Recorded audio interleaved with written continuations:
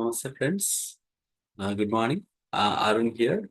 Back to our journey to continue our Immortal Talks book and also parallel realities.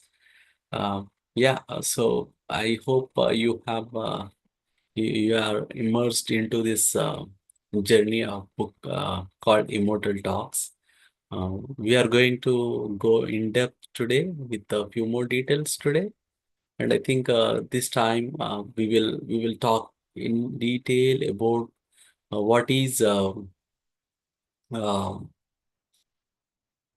how parallel realities exist and if what kind of changes that we can do with respect to the time, with respect to realities, and how our uh, continued journey of the reality changes from time to time, and how the realities of us gets created with our decisions consciously or unconsciously make our reality form here. All these things today we will discuss. And if we go back to the previous chapter, we discussed about Urmi, how she was captured with her disease on uh, being unconscious from time to time without her knowledge. She felt she get kind of fits, and how she was able to go into the state of nothingness and going back to a different state of life of someone else, and coming back again, how to live scene by scene. All these things she learned. So now today in this chapter, the new chapter is strings of time. So in this chapter, she is now going to her real life, the past, her past life in real, like what really happened in her past life and how that impacted her in the current life is what we are going to discuss. And today I wanted to put few things which is very, very, very important in our life too, and what kind of levels that we are in, and how the levels of our life gets triggered based on our changes, our life of events help us get into the state of that is our soul state actually, to be honest. Uh, how actually we increase our soul state, everything we'll discuss today. um so let's start let's kickstart our meditation with a beautiful Hanuma takes Urmi to the state of a previous life. Now she understand like how we can go to the nothingness, how she can become complete empty, complete uh, removal of her identity, and then going back to any scene, perceive the experience, and coming back. Now she learned that. The next thing is now she is going to the real life of her past and experiencing things. And Hanuma is helping her to go into that state of previous life, going to empty state and then going back to previous life. The previous life of her is her name is Chandra, and Chandra is a normal farmer's wife. She's in one of the village, a well set up village, and she's going to be a homemaker there. She's pursuing all that homemaker courses, whatever she is doing, and she's just a normal village girl. That's where we are going back. So here is a scene. One day, what happened is there is a group of monkeys that came from a forest, a nearby forest, to the village. And what happened is everyone is trying to uh, stone pelting on the monkeys, and some of the monkeys are just trying to escape. And all the people like who are jobless, or the people who are like kids, no, underage kids, and all those people are trying to uh, do something, chase the monkeys, and they wanted to just throwing stones wherever they see monkeys. And monkeys are also like, they are kind of insecure, and they are trying to escape and find a place where they can feel safe. So that's when one of the monkey actually stopped on the roof of Chandra's home. So everyone is thinking that they can actually find a monkey and throw a stone. But one of the guy, like Chandra's kid, who try to go through the ladder and see where the monkey is. So he climbed the ladder and tried to saw. He saw the monkey, and unknowingly he fell down from the ladder from the top floor. Of course, it's just one floor, but he fell from the ladder. So he was kind of excited before to get and see the monkey, but unfortunately he fell down and he fell unconscious. It's almost like all of his body.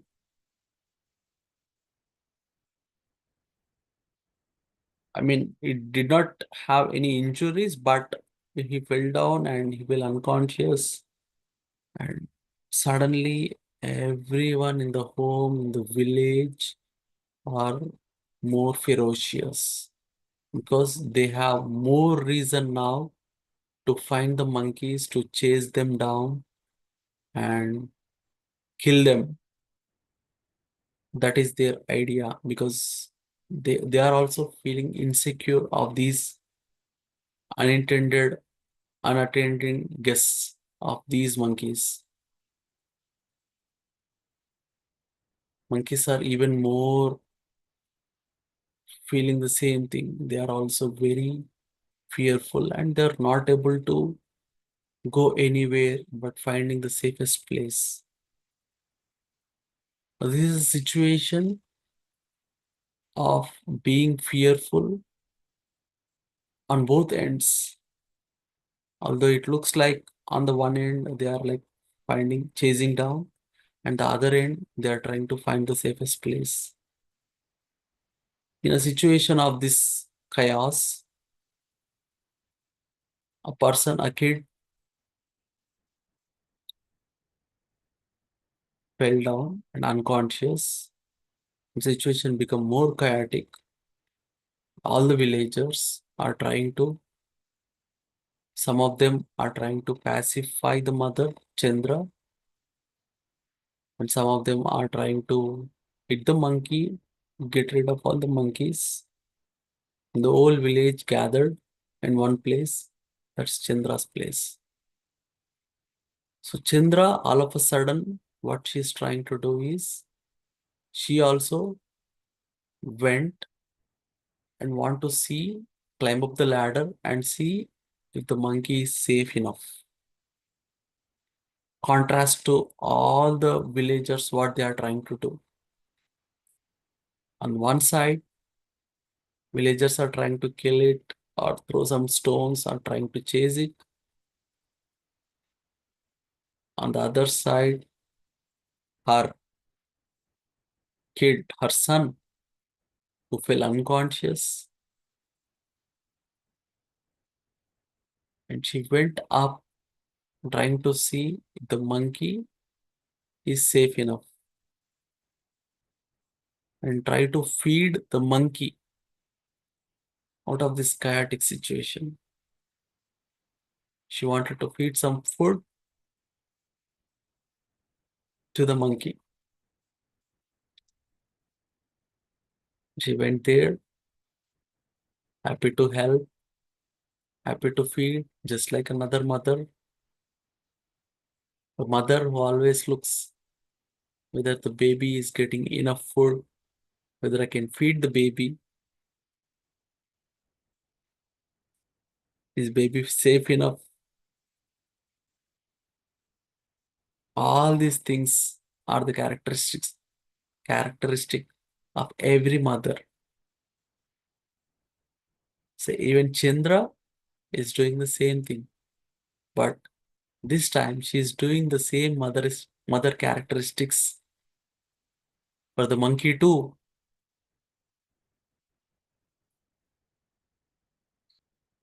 Followed by this particular scene, the scene of being a mother characteristic with 100% of selfless nature, feeding a monkey in a chaotic situation where her son himself fell unconscious and whole village is at her home.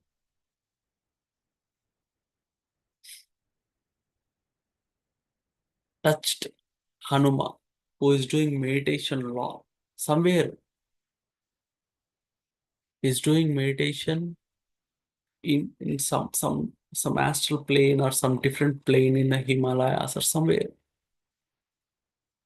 Suddenly he felt something changed, something happened. What was that miraculous thing that actually changed? What made me go out of my meditative state?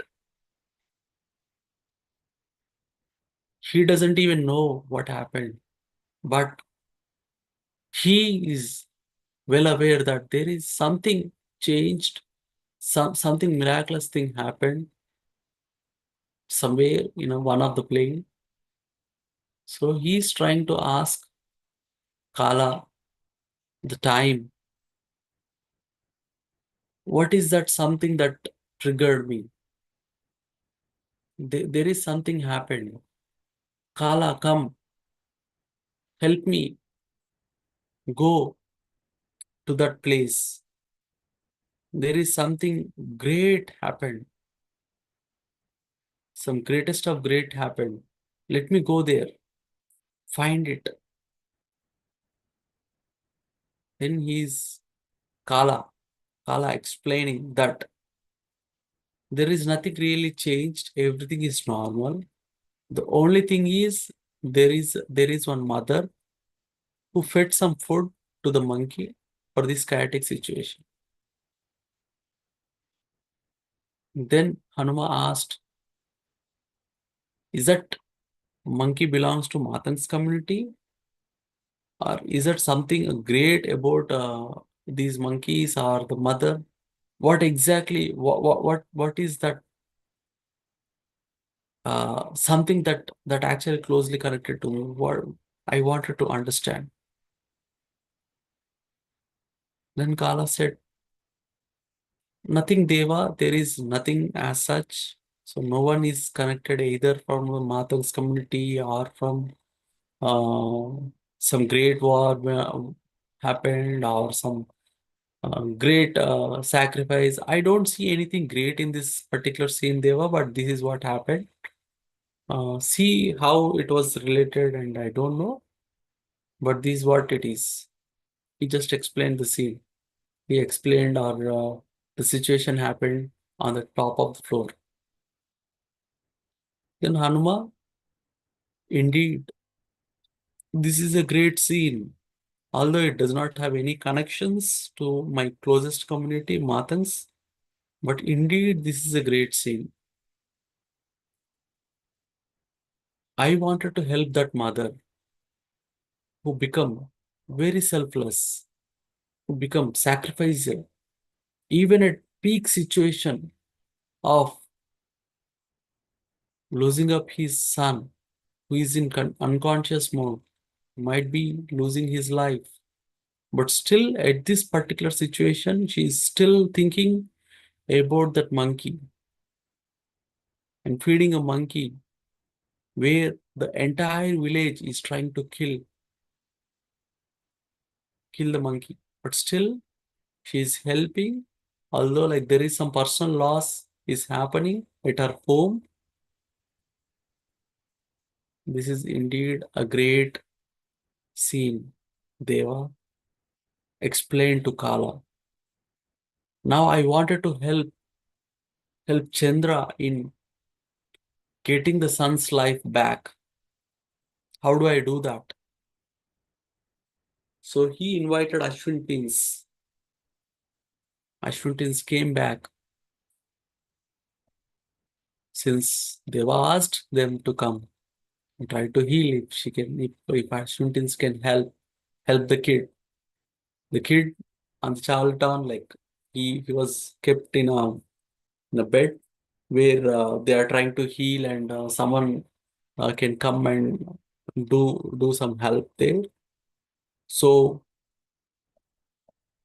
even Ashwintis are trying to help the son, and uh, out of all this particular scene, like Chandra is trying to feed the people who came uh, for coming to the home, and she's also uh, very chaotic, and she was trying to see how the kid can come back to normal. Like she's doing all that she can do, but Ashwin Pin's actually trying to see like if there is anything that they can do to heal, and even Hanuma is trying to see the body of the kid, where there are no injuries, no head injuries, no leg or hand injuries, but he's completely unconscious. What exactly is happening? If he's trying to see, then Ashwin Tins and Kala is trying to explain that body, I mean the soul, whoever is there in Chandra's son already left the body. They are actually trying to make arrangements for the new life. There is no way that the person can come back and stay with this body, as there are plans already made in the new life, in the future life. All these things Kala is trying to explain. So what is the options that she I mean Hanuma have now to get mother satisfied? Because mother losing a baby from the perspective of mother is always painful. So Hanuma is trying to help the mother to come out of this particular situation.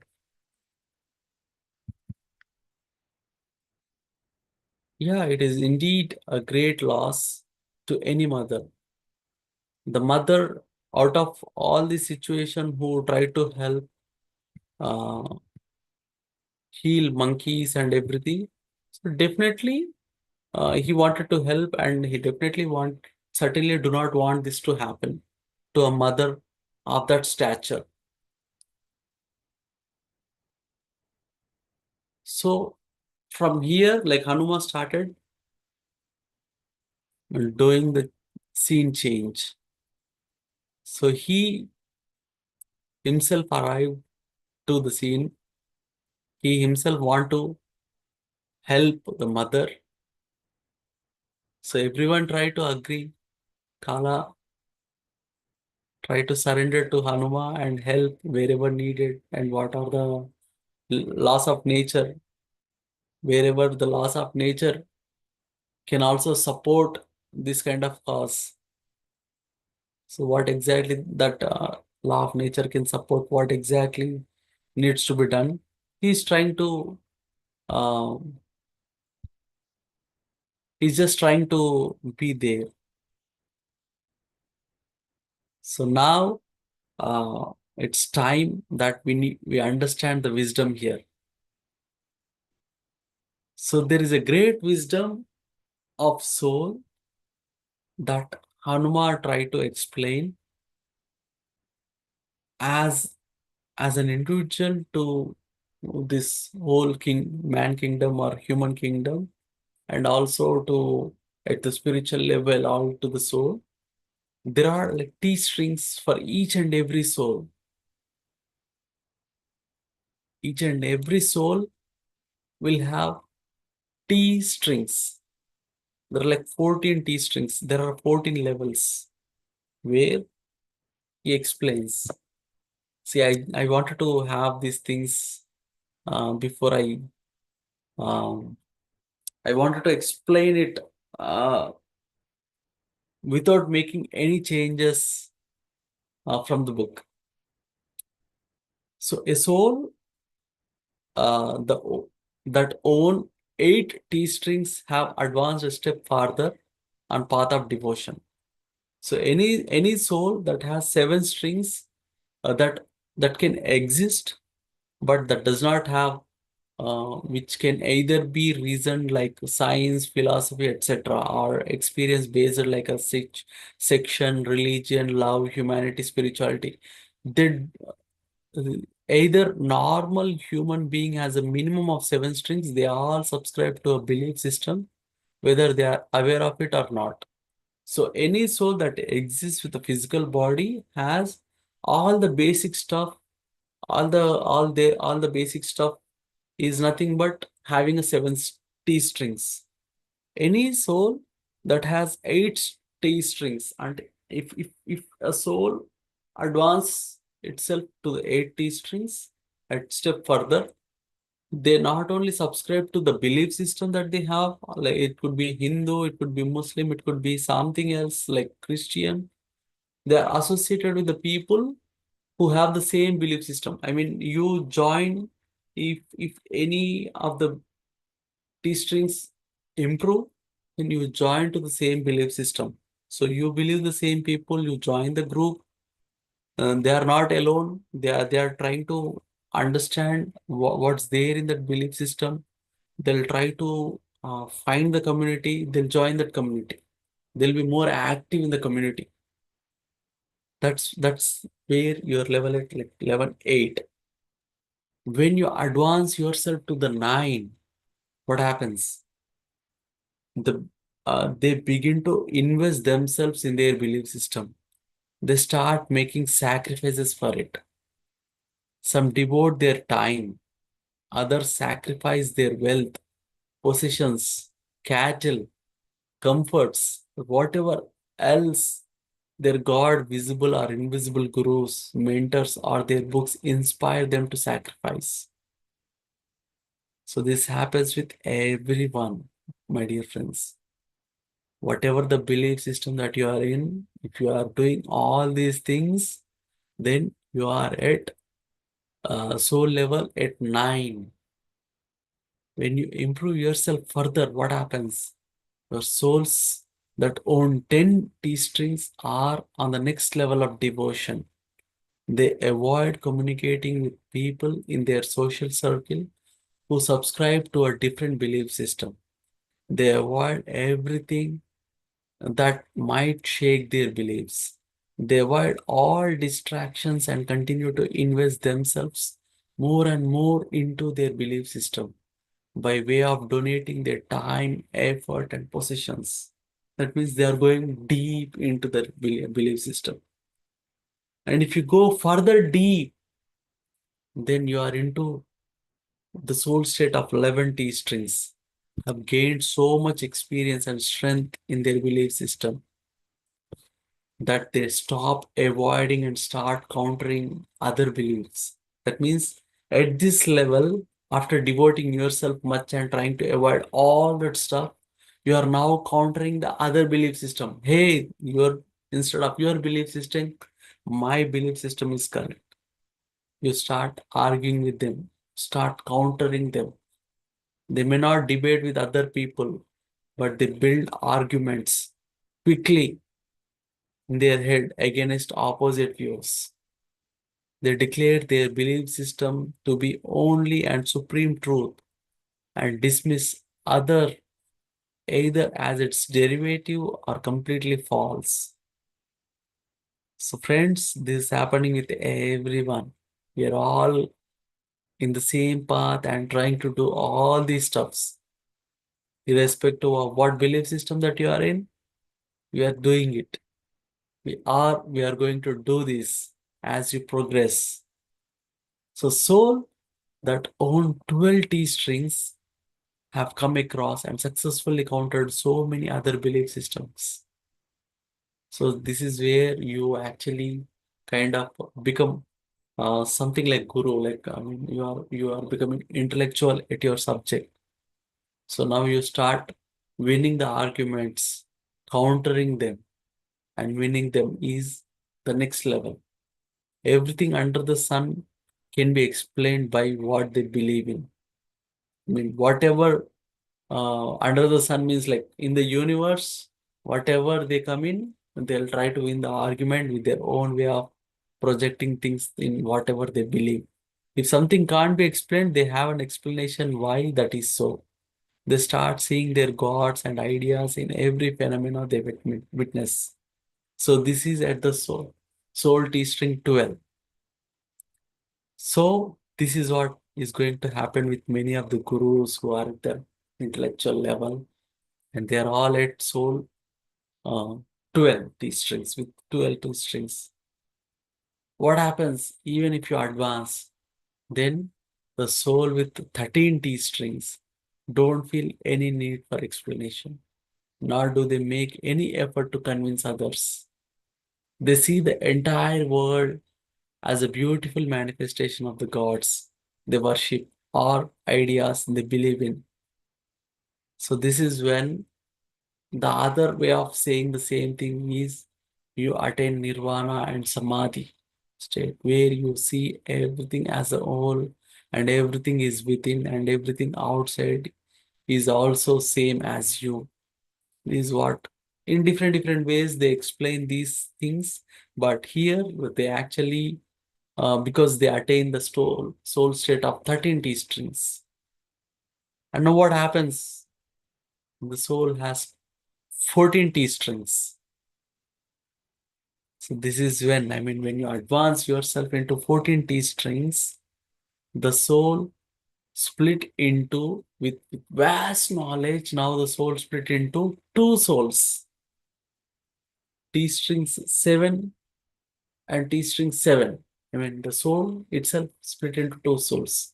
Those two souls will call the string with 14 T strings as its parent soul.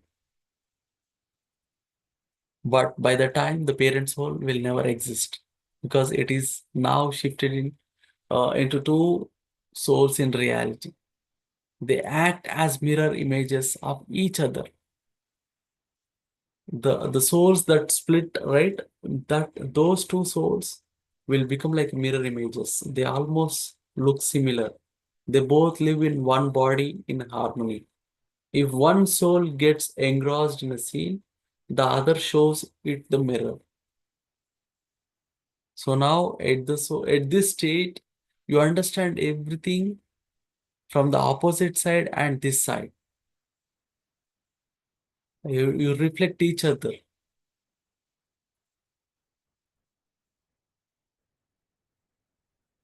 So to explain these things, there was a situation. A devotee called Srijan, for instance, is frustrated due to work pressure. He has two souls which are the mirror images of each other. The first soul experiences the emotion of frustration in all its intensity. The second soul at the same time shows the mirror to the first one, which helps him realize that Srijan is merely a character he is living. The character is frustrated, not he himself. His character has work pending, not he himself, because he is Shonya, the nothingness. Both souls together make him feel enlightened. This is very important that everyone is experiencing this. So all of our my dear pyramid masters, those who crossed all these states are now experiencing half of a chaotic situation and half being a witness state because they are at level 14.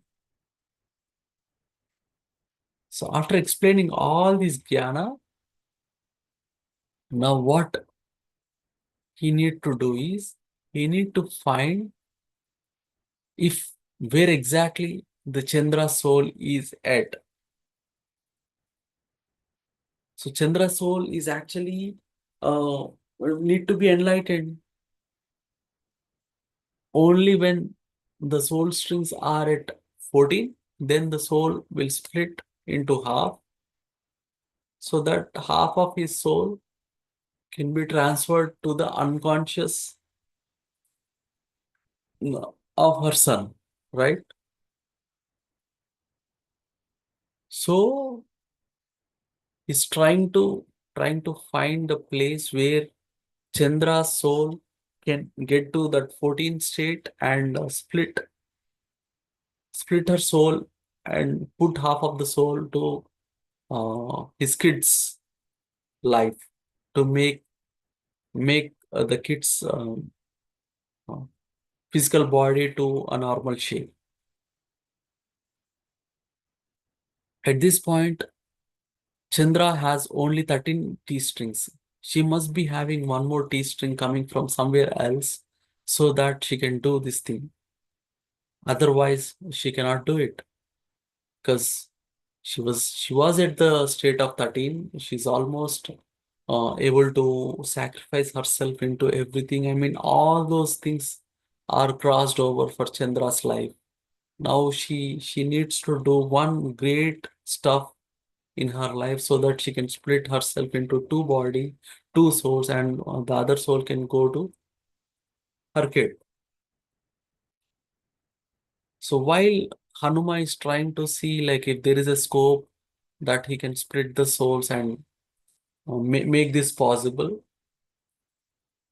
is there any other way, like if the worst case scenario, if there is any other way that someone can provide their one T string from another one and share that one T string to her and make this event possible. I mean, this project successful of making everyone even.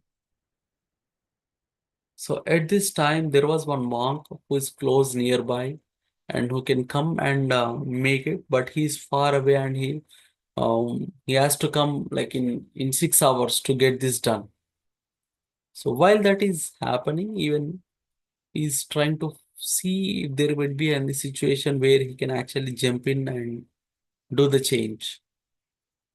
So even Chandra has to do something on her side so that she can improve herself. She can evolve herself into to make into that 14th string state. So he made like one piece, one soul as C6 just to help understand that the first soul become like C6 and the second soul becomes like C7. Both are like C13. C is Chandra here. So C7 actually goes to kid's body and C6 will stay with Chandra for the rest of the life at this event. In order to make that happen, she must be willing to share the soul or split the soul. For that to happen, she must be taking a decision called she wanted to do anything for the kid. She wanted to get the kid back. Her emotion state should be in such a way that she must be willing to do anything for the baby. Not just by praying, not just by saying it loud. It should be there inside. It should be there from the deep core of her decision. The deep emotional state, at the soul state, she must be feeling that. She must be feeling to leave her identity. Is she really ready to sacrifice her life completely to get her son back? Is she that much willing to do this sacrifice? This is when we also need to understand that are we really willing to make the changes at the soul level when we are taking any decisions?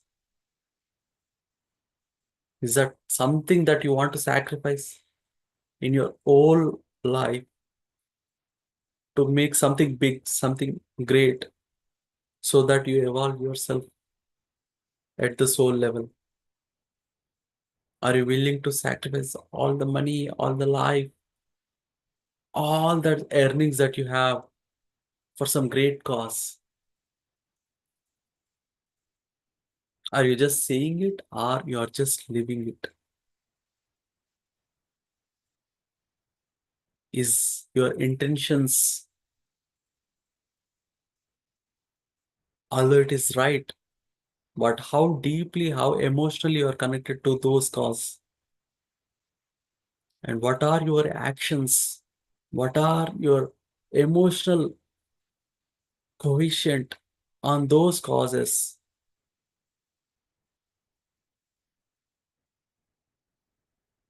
Help you evolve and improve your T strings. So in the same thing, even Chandra, Hanuma is actually looking at her emotional coefficient and see if Chandra is really want to do this. Chandra really wanted to sacrifice her life, to split her soul into two. Then Kala explained to Hanuma that Chandra is still having her identity. Chandra is still saying that I want to do it. I wanted to sacrifice. I. Too many I's in her dialogue. Just like we also say, I want to do it. I want to do that. I want to do this. I do not have these feelings. I have these feelings. I wanted to do, irrespective of whether everyone is coming or not.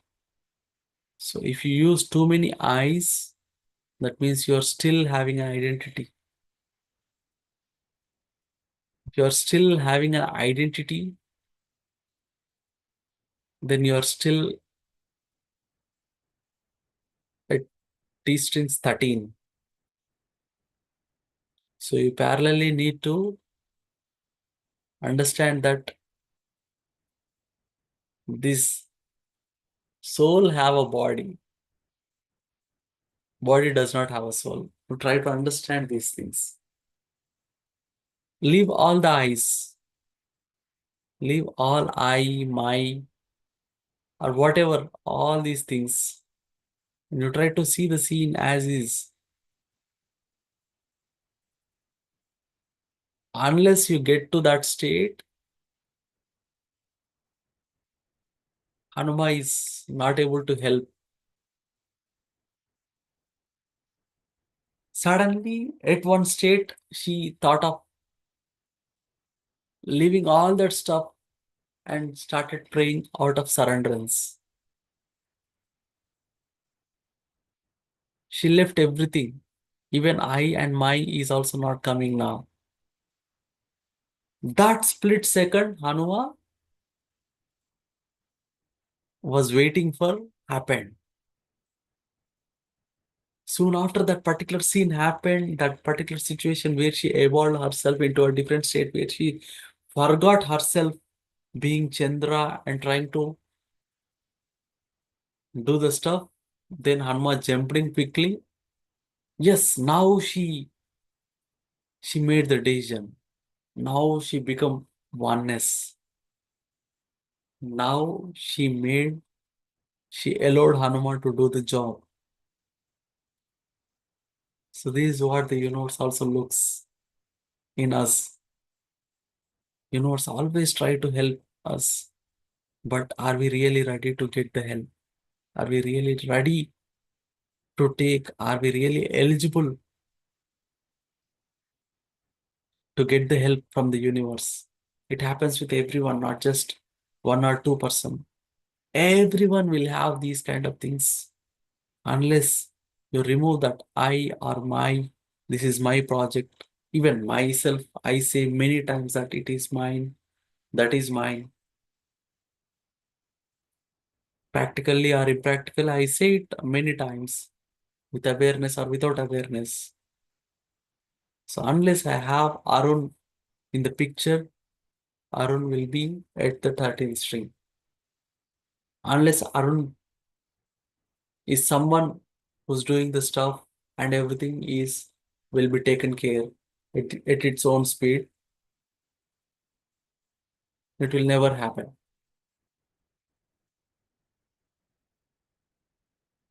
If Arun is trying to own all the things that is happening to Arun as a soul, then Arun is still at 13.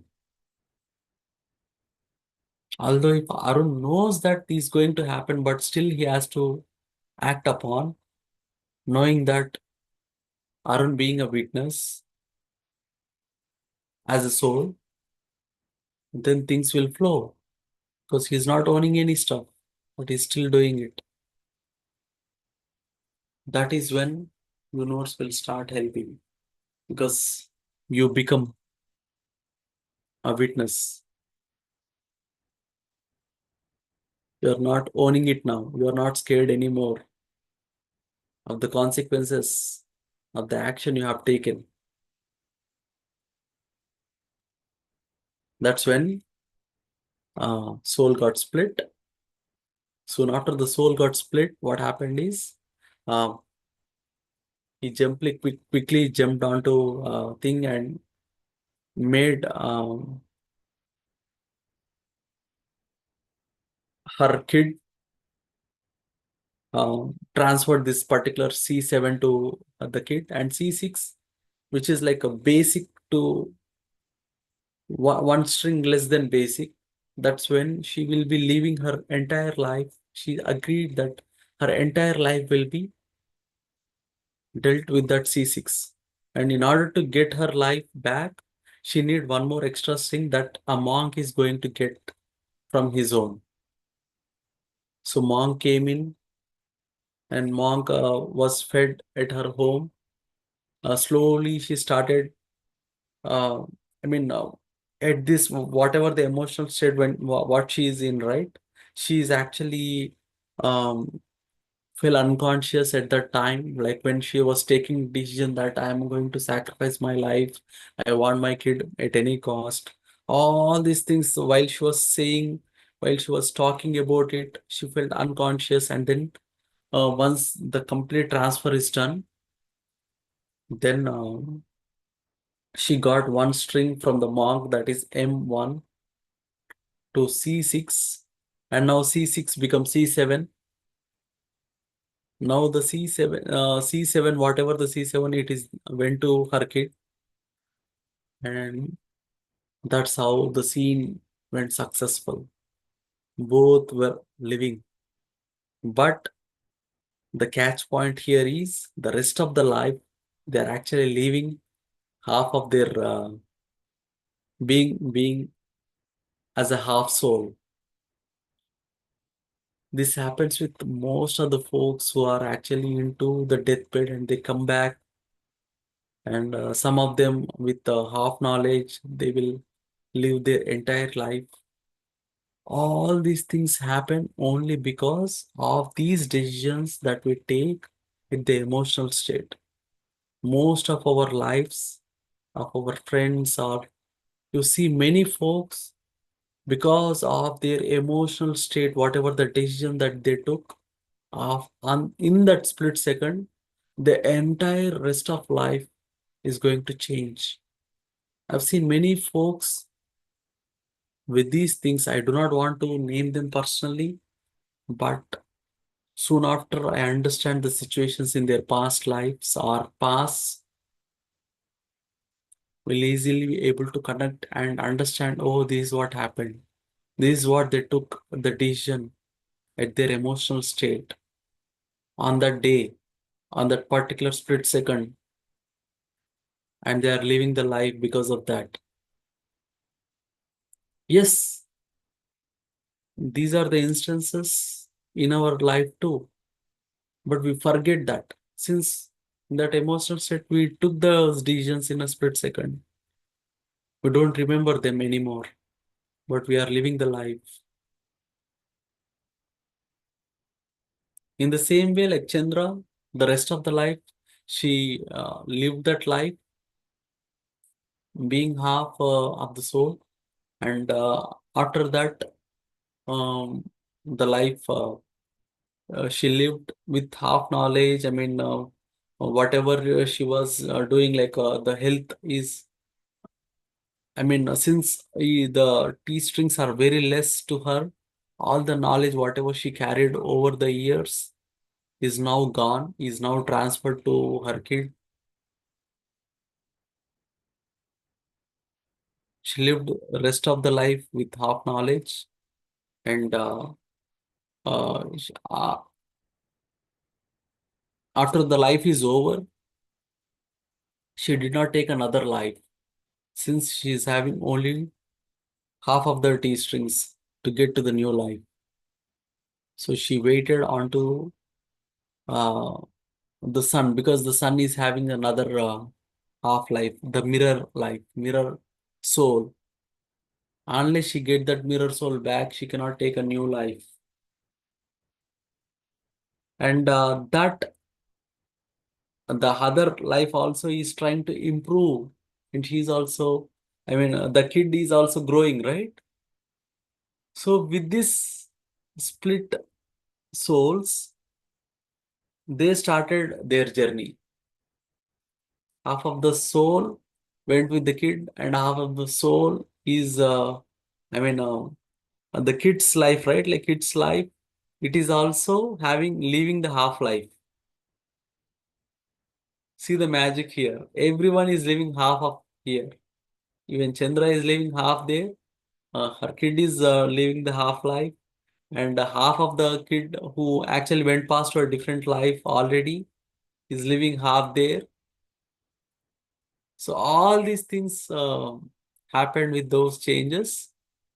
Because of that change, what happened is Urmi in the current life is having the issues. Urmi in the current life is not physically well fit because of the decisions that she took in her past life in that particular situation. So now Hanuman uh, explaining all the scenes, scene by scene, he is present there, who gave his wisdom, knowledge by not just sharing the wisdom, but he helped her to go into that state of emptiness and then to the state of her past life and living the life, perceiving it, experiencing it. All these things after all these happenings, now Chandra is ready to see where exactly her mirror life is, mirror soul is. That mirror soul is again having another life after the son, like he took another life as Ravi in his next life. Now she need to find where the Ravi is, where the soul of Ravi is, and what is he doing. Is he okay to now share his soul back? So all these things we'll discuss in the next chapter.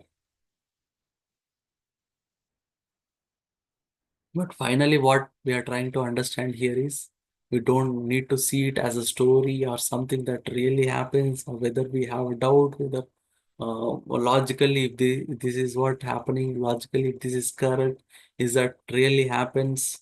All these cooked up stories, irrespective of all these things, try to understand the essence of it. Don't try to see them with your mind. As long as you are seeing with the mind, you'll never understand the logics of spirituality.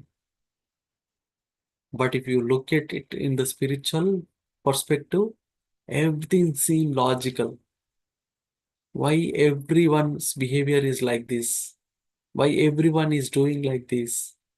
Why the kid is behaving like this? Some people with no mind state, they do some different activities. Some people, they are although well aware, they do different activities.